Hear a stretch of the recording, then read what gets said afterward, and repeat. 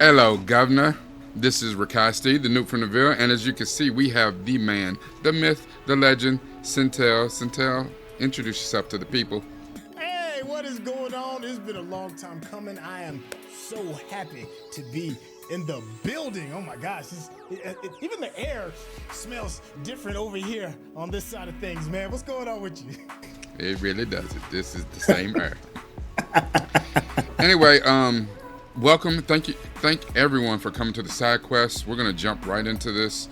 So we're gonna take a deep dive into, I believe it's episode 6 of Doctor Who season 3, the Lazarus Effect. I'm gonna call this "Loneliness is Inevitable." The Doctor and Martha meet Dr. Lazarus, who it just so happens that Martha's sister is working for Dr. Lazarus at this company, and they have professed to find the Lazarus Effect, and what he calls is basically immortality. He can keep you young forever. Now, of course, the doctor says, "Boy, you tripping. That is not possible. You don't know the things I've seen and what I've done. That doesn't happen." But Dr. Lazarus himself gets into a machine, and he ages. He reverse ages, and he was probably about 80 plus in his early thousands. He gets in the machine, comes out, he's a fresh 32 years old. And everyone is blown away. Little do we know that the machine, because of whatever corners he cut in the lab, it's got some side effects. He starts turning into a monster, but that monster is kind of like a energy vampire. In order for him to sustain this, he has to suck all the life essence out of other people. It becomes a whole huge thing, but it really got me to thinking about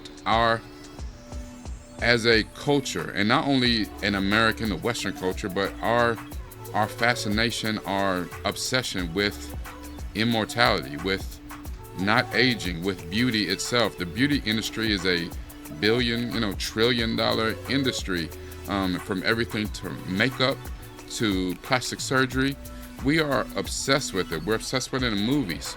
We're obsessed with elves and vampires. Even Doctor Who himself is a 1,000-year-old time lord who can travel wherever he likes throughout time and space.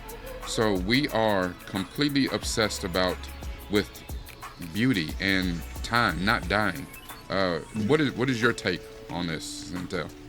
Yeah, I couldn't agree more. And there's some interesting things that go along with Doctor Who's version of it. I mean, we've seen this before in a previous episode with an old girl that was a stretched out piece of flesh, right? She was so obsessed with living on and being beautiful that she's no longer any semblance of what made her human to begin with. That's very telling. We live in a day and age where being plastic is a part of the cultural norm. Everything from silicone butts to nose jobs, lip injections, Botox, all of that in order to preserve what we think are your golden time, your golden time, the time that you are the best that you will ever be, and having this fear of letting go. There's just this fear that you can never be young in spirit, that to become old is this curse. And that is a very Western thing as well. It's not like that all over the world, but it's very apparent in the West. There are some cultures where when you get older, you're praised and upheld. Your elders are revered, not just because of the way they look, but because of what's going on in their head and the wisdom that they've acquired over these years. In our culture, that seems to be overlooked.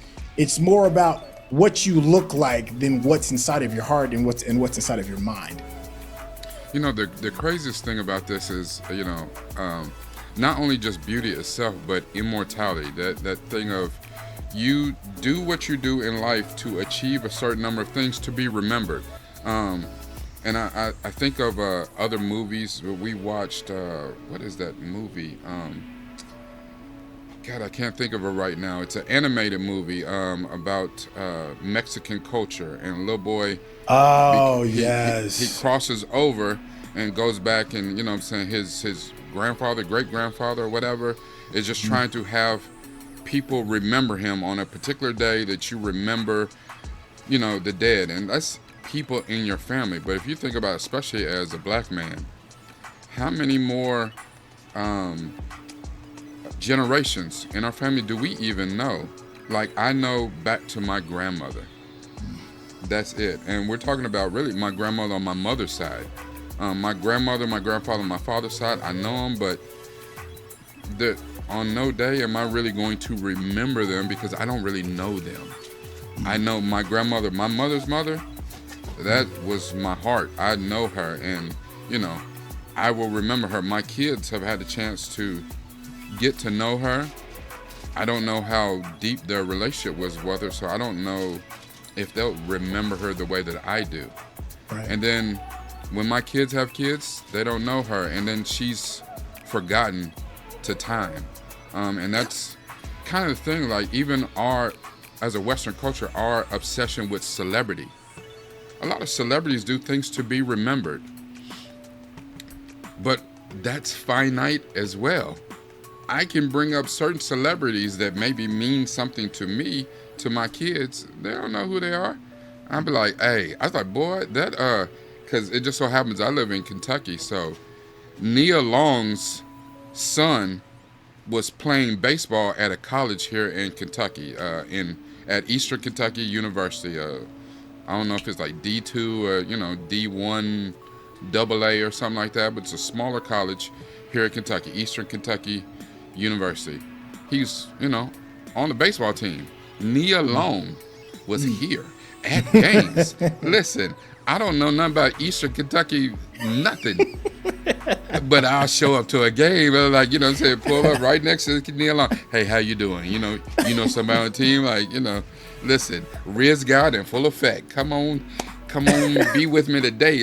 And I tell my kids that just jokingly, and they be like, who? Nia Long. You know what I'm saying? But I can say the same thing. I say, ooh, is that Halle Berry? Who? You don't know Halle Berry. I said something to my kids about Jonathan Majors, the Jonathan Majors trial, and him. I was like, well, he pulled up with Megan Good. Like, what is that? And they're like, who? Who is she? Don't hurt my heart like that. And I was like, what do y'all look at on TV? Like, who is? I want to ask them, like, do you know who Beyonce is? Like, I don't know who they even know.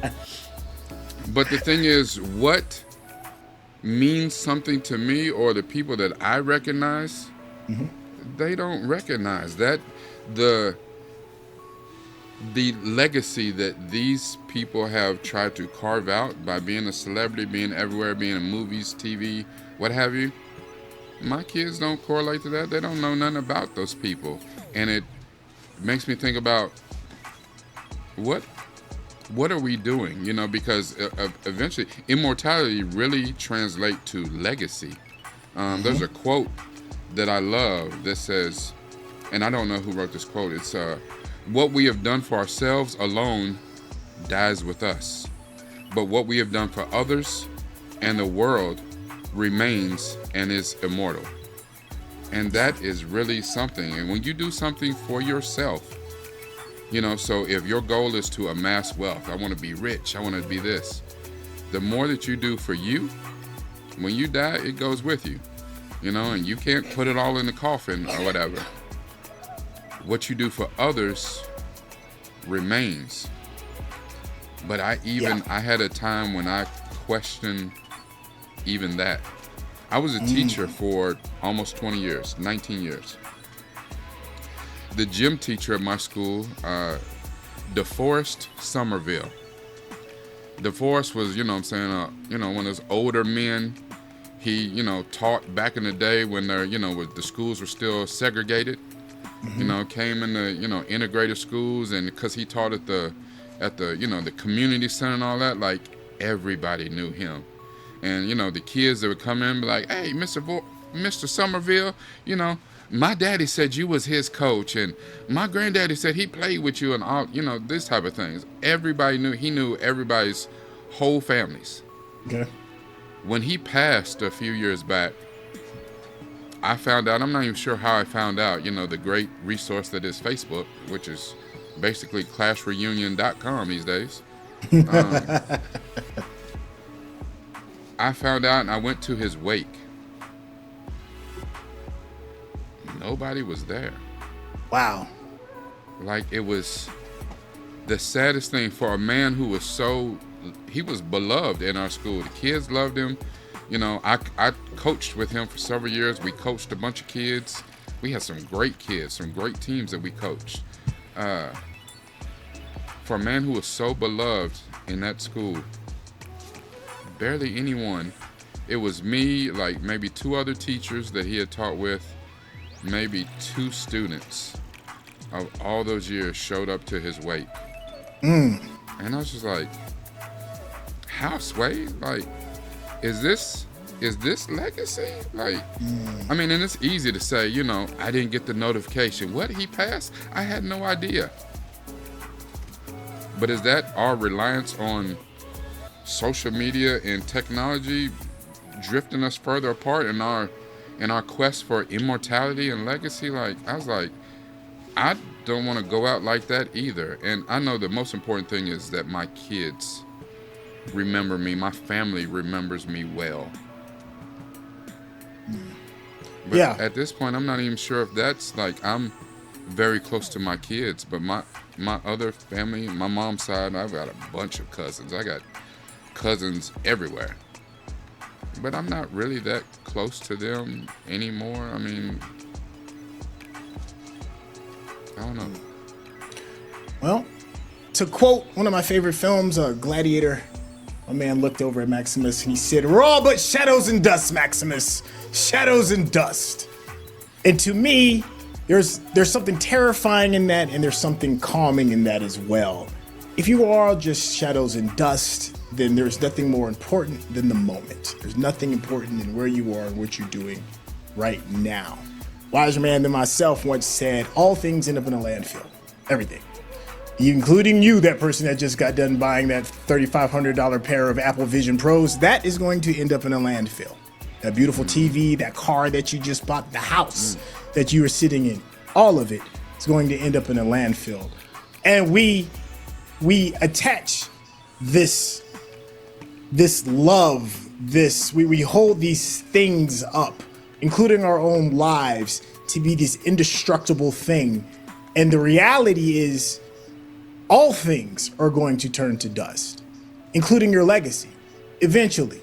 But it's discomforting to think about that. It's kind of like when you're a child and you think about the concept of infinity. It can cause you to cry because you just can't conceptualize not only you not existing anymore, but even the thought, the footprint that you've had on this planet.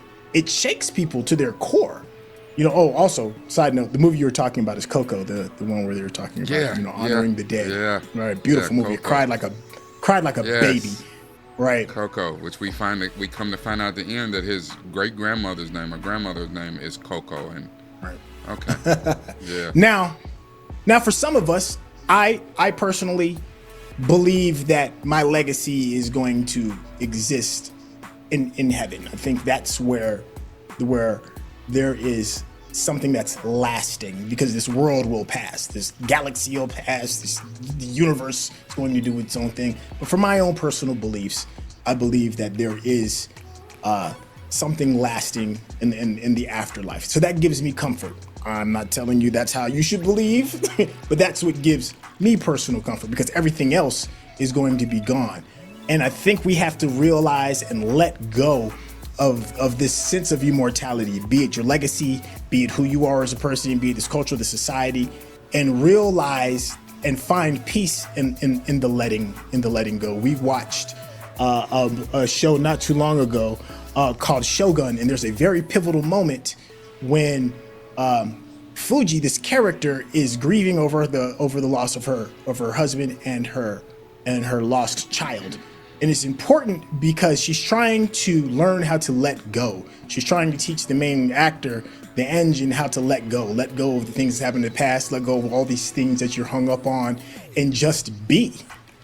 And she dumps the ashes, and then she goes about on her way to whatever the next chapter of her life is. We as a society have yet to understand what that means. And it's okay to let go. It's okay to not want to be forever, hold on so tight to this idea of self or you or anything else, because it's an inevitability that is going to disappear and change. Like I said, I hold on to the afterlife as a way of maintaining, a continuation that gives me peace. But for others, I don't know how they'll find that peace. And I think that there's it's not a national emergency, but I think there's this thing within the culture of the fear of that. And that's why we hold on to living forever, or we glorify it and we change and want to hold on to a moment. They're just moments. This moment is even the moment of us making this video. It shall pass, because all things shall pass. There are so many movies that cover this subject. The animated ones that we're covering, Invincible, where they're Viltrumites, so they're like timeless, they're immortal. There was one that's rooted in Greek mythology, Immortals. The Highlander, which they're about to remake. Old Guard, which is a good little movie with Charlize Theron. And they cover that so much. And you're right that it is inevitable, which takes me back to my original point. Loneliness.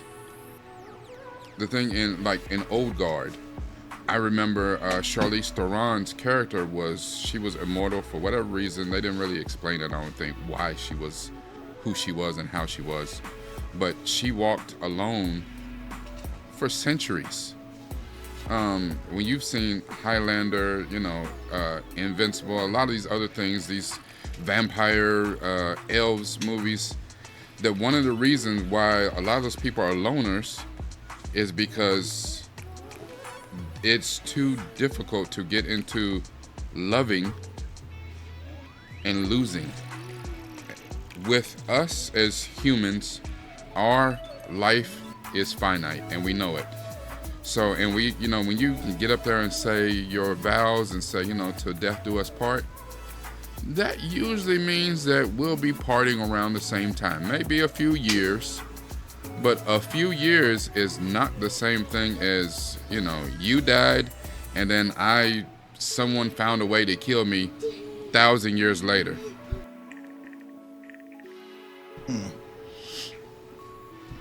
I just thinking about Mr. Somerville at that funeral. Okay. I don't know his whole situation. I don't know where his family was. I don't know anything, but no one showed up. I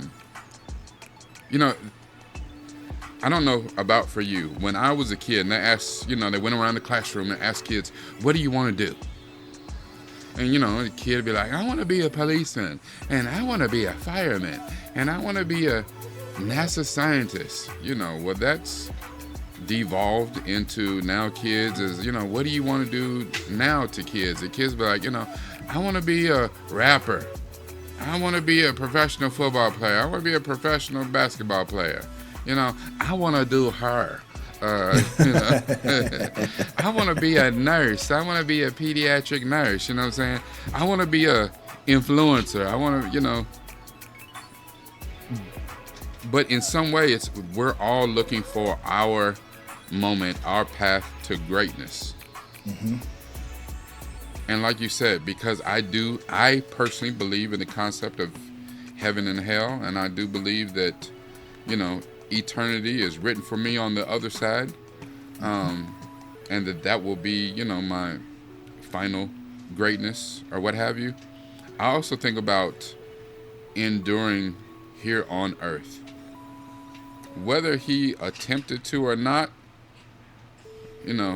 Dr. King did something monumental and has endured, and kids still talk about it in classrooms to this day. And a lot of kids don't really know the whole thing about Dr. Martin Luther King. It's like, who's Dr. Martin Luther King? He freed the slaves. What? Whoa! What your parents at? Yeah. Yeah. I need a parent teacher conference immediately. What? But we were talking about a scene from Troy the other day, and one of the great scenes to me was in the very beginning of the movie. They have the boy go to the village to find Achilles. Where's he at? I need you to come fight this battle. We're going one-on-one, and whoever wins this battle, the armies don't even have to fight. And the little boy's saying to him, he's like, are you really going to fight that man? That man is the biggest man I have ever seen. I would want to fight him. And Achilles looks at him and just so matter-of-factly says, and that's why no one will remember your name. And he rides off to do what he does, go fight. There is so much to me that is said in that moment. Is like, I'm not saying that you have to fight big monster type men or whatever, but how do you carve out your legacy on this planet? What is your purpose? I understand, even sometimes in you being great, it takes someone great to ride with you for whatever amount of time that is. Because a lot of people don't understand what your purpose is, what your calling is. Okay. And it's hard to be whatever you are called for, Syntell. Will you have the partner to ride with you and know, I understand what your greatness is, and I'm here for all of it. And sometimes people say, you know what, I've gone as far as I can go. This is where I get off of this train, or maybe, you change. Maybe you start to read your own press clippings and you become a different person than who it is that they fell in love with. But at some point in finding your greatness and finding your own immortality, loneliness is inevitable. And that can be taken in both ways, in being, truly immortal and living thousands of years, or truly finding your purpose while you're here on Earth and going for that. It makes me think of like Dune 2. The Lisan Al-Gaib, Muad'Dib. He spent the entire movie saying, nah, I ain't him. No, that's not him. I'm not him. That's just a trick my mama learned to transmute poisons. And then in an instant, he switched up like, oh, I am him. I am Himothy. Y'all ride with me. Let's kill for me. And Chani was the only one that had some sense of like, who are you? Like, what? By the way, I'm gonna marry this chick over here because that's for the good of the, good of the universe. But you still my you still my bae. Like, what? That was, I mean, again, it's the story, but how do you step into your greatness and really avoid being lonely? I don't know, and maybe this whole thing comes out of a different place for me because I am twice divorced. I never even saw myself being once divorced, and to be twice divorced is humbling, to say the least. And to get, and to not get into what I did, what she did. I got 4 kids out of it, and they are my absolute world. But still, at the end of the day, now I have to find me again, and what am I doing? Like, what all am I doing this for? Like, it's, how can I leave a legacy? How can I show my kids this is how you strive for greatness? This is how you do everything you possibly can to make your mark on the world. Because our kids learn by example. So am I setting the proper type of example for them? Like, I don't know. You bring up a lot of interesting points. It's a lot. I don't even know if I'll be able to hit on all of them. First thing, to kind of circle back to what started this conversation, that is Doctor Who, right? And we have a specific episode where we're talking about a man who's trying to live forever, and he'll do whatever it takes in order to live forever. And there's something interesting about Doctor Who, because the very first episode, of the entire series of the reboot starts with the Doctor giving what I believe is one of the best gifts he has ever given one of his companions, and that is showing the companion the end of the world. Very first place they ever took him was like, this is the Earth as you know it, and it is dying. So before we do any of these adventures, before we do discover all these things, have all these great things that change our mind, let's first talk about the importance of respecting things that aren't permanent, the importance of impermanence, if this, I guess, if that's a thing. We start that off. No matter what we do, all things come to an end. And then we can start this, because you have to set the tone, right? And then it's important because you have to remember the moment. The Doctor deals with legacy because everything that he loves, everything that has defined who he is as a sentient being was taken from him. His entire world was destroyed. Another example of dealing with things move on. An entire planet. He's the last of his entire kind, much less his family name. He is the last. Mm-hmm.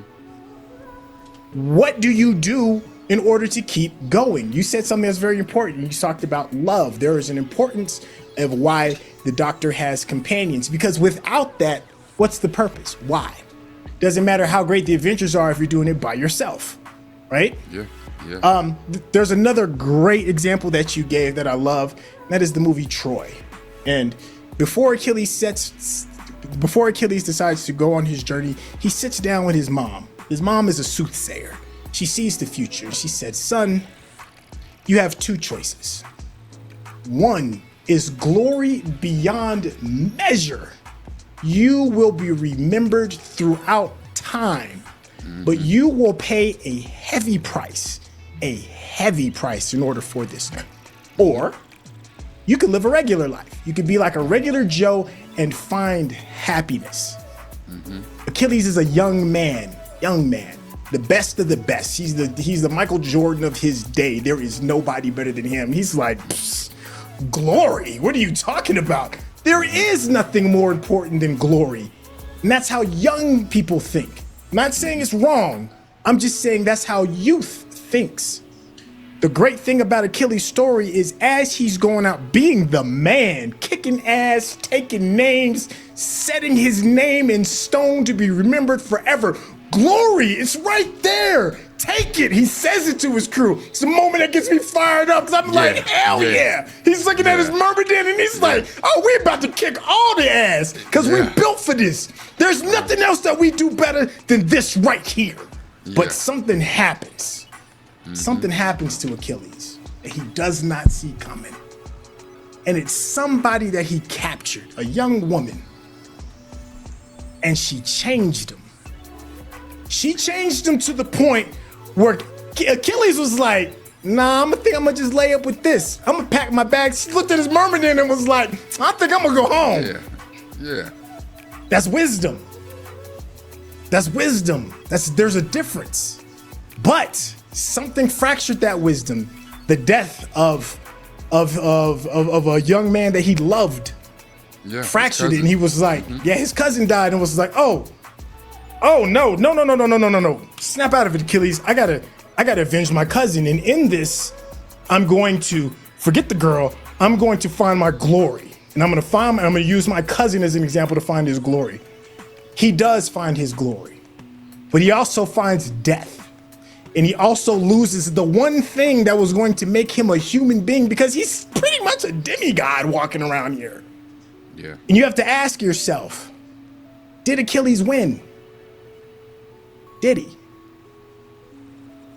So in your hunt for glory, glory comes with a cost. Living forever comes with a cost. All these great men have interesting endings. Steve Jobs, Dr. King, Malcolm X. They have these, Gandhi, like their endings are very humbling. Most great people have humbled endings. Most great people had to sacrifice everything to be etched in stone, a stone that will end up in a landfill. So I think there's an importance of understanding the now, the understanding of Achilles grabbing his little baddie and being like, I'm gonna go home and just live a good life. So as much as I want to be great, Rakai, me and you have had this conversation off camera. It's like, are you willing to pay the price to be great? There's nothing wrong with being great. There's nothing wrong. It looks incredible. It looks fantastic. But are you willing to pay that cost? And what we saw in that episode of the Lazarus Effect was that man willing to pay the cost of literally sucking everybody dry in order to maintain this cost of living forever? You got to make a decision on what it is that you want in your life. Listen, and on that note, before I end this, I'm going to say one thing. You said something about Doctor Who. One of the first things he did was take, like Rose to see the end of the earth, the end of everything that she knew and held dear. That perspective right there, that's a whole nother deep dive that can be taken. Like that right there, you said something, sir. Like that, I was like, oh, he really did. Like, why would that be the very first trip? And that's let go of all preconceived notions of what you think it is, and to see the end of everything. And it's funny, he didn't go take her to see the beginning of everything. No, he went to take her to see the end of everything. This is for you to let go of everything that you thought and that you knew, and now let's put you back together. It's almost like, what the military attempts to do, to break you all the way down and then build you back up. But they build you back up the way that they want you to be. That's a whole different deep dive. But you are very right about making the choice, and when I said in this that loneliness is inevitable, I guess that is without the choice. The choice is in there, and at some point, like you said, Achilles' mother asked him, you can go down, you can have the glory and be talked about throughout time. They will, as we are still talking about Achilles thousands of years after this battle. Thousands of years. As one of the greatest warriors that ever lived. Or could you choose to be a normal man and find you a great love and have a bunch of great kids that loved you and adored you and be a grandfather, great-grandfather? But after your kids, your grandchildren, no one will speak your name anymore. And you said, in his youth, he chose that. And I'm not in my youth. And I'm not saying that I choose that. But I think about it, I guess. And that's the thing. It's like, I thought that I had found the love and everything, and now what I have left are my kids. But in not having that type of love, I know I have the love of my children, but in not having that type of love, does that sway me back to my young mind to think about my legacy and that greatness, that glory that maybe at one time I gave up because of love? I don't know. There's a quote that I love, and I'm going to end it on this. Immortality is a toy which people cry for and on their knees apply for, dispute, contend, and lie for, and if allowed, will be right proud eternally to die for. I'm Rakai Steed, nupefromdaville. This is the wonderful, the effervescent Syntell. Please hit us with comments, because I know that we chop it up on the Syntell channel. And if you didn't know, if you're finding me and don't know about his channel, listen, shame on you. youtube.com/Syntell. We do a lot of great things on his channel. But leave comments. You don't often get to hear this side from him on his channel. Usually he kind of clears the lane and lets me come down and dunk the ball. So no. Today was his turn to get the alley-oop from me. Like, and he delivered. He gave us that fast slammer jammer. So, and if you have not, subscribe and share this with your people. Look, this was an honor. This was an honor for me. Any final thoughts, Syntell? Hey, brother, I love listening to you, man. I've said it a million times, man.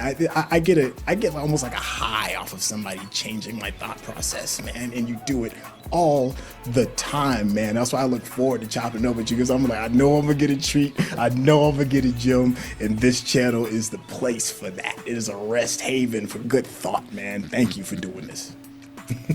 All right, and we out of here.